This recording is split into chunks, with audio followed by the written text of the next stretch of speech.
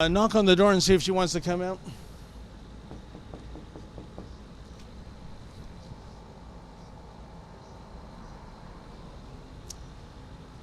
Hi, Kimberly. You probably can't see her, but she is looking at us.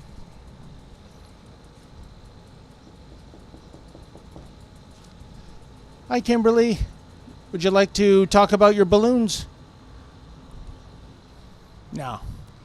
Little bit of cat got your tongue there, which is kind of funny because on social media and her chalkboards and her signage, she's usually not very shy at all about voicing her opinion.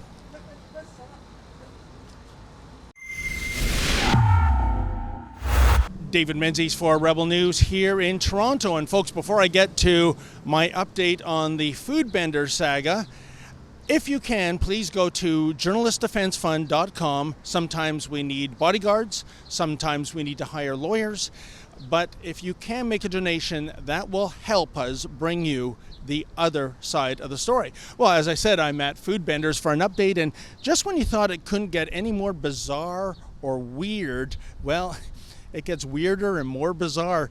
You see, we first brought you the story of Foodbenders back in June when owner Kimberly Hawkins put out a sandwich board like the one here, which now says the police are lying. But a few months ago, that signboard said, F the police. Of course, she used the full F word. And she also went on to social media to say F the police's wives and F the police's children. Lovely that. Then the story got very perversely ironic because there was blowback against Hawkins from those who are pro-police. And what did she end up doing allegedly? Well, calling the police the entity that she wants defunded and even abolished. So a bit of perverse hypocrisy there. And she didn't do so without failing to mention that she thought the police were behind the blowback, an allegation she has no evidence for. Then she put up the infamous "No Zionists Allowed into our restaurant." That's resulted in a human rights tribunal case. She went on to defame someone who has filed a $750,000 defamation lawsuit against her. It just goes on and on and on of Kimberly Hawkins doubling down and tripling down on just hatred. But here's the funny thing. Recently, she has put up balloons in a restaurant. Sometimes they're outside the restaurant.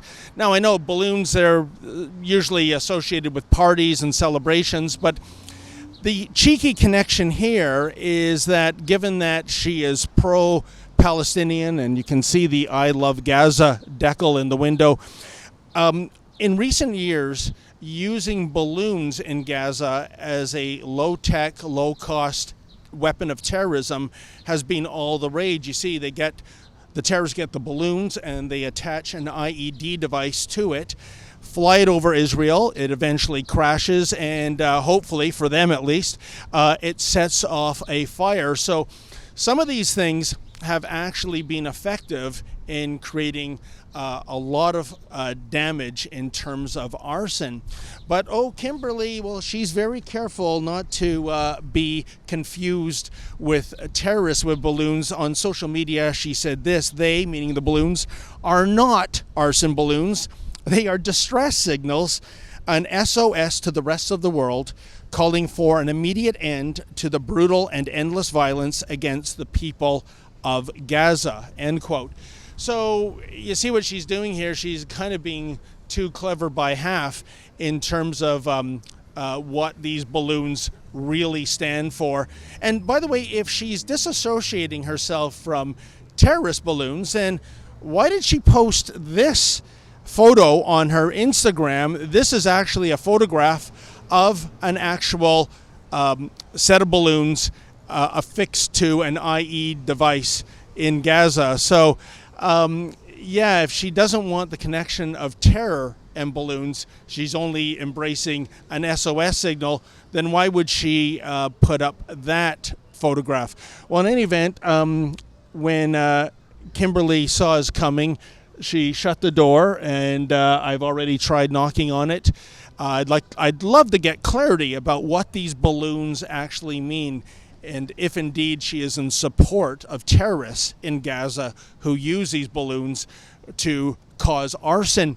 However, Kimberly, on my previous occasions, would only respond by calling me a genocidal maniac. Please leave. You are a genocidal maniac. You are a right-wing fear-mongering. I'm a genocidal maniac? I don't know where the evidence is for that, and give me the raised middle finger. So, needless to say, not a friendly interview during the best of times, but I will endeavor to knock on the door one more time before we leave and see if she'd like to clarify things.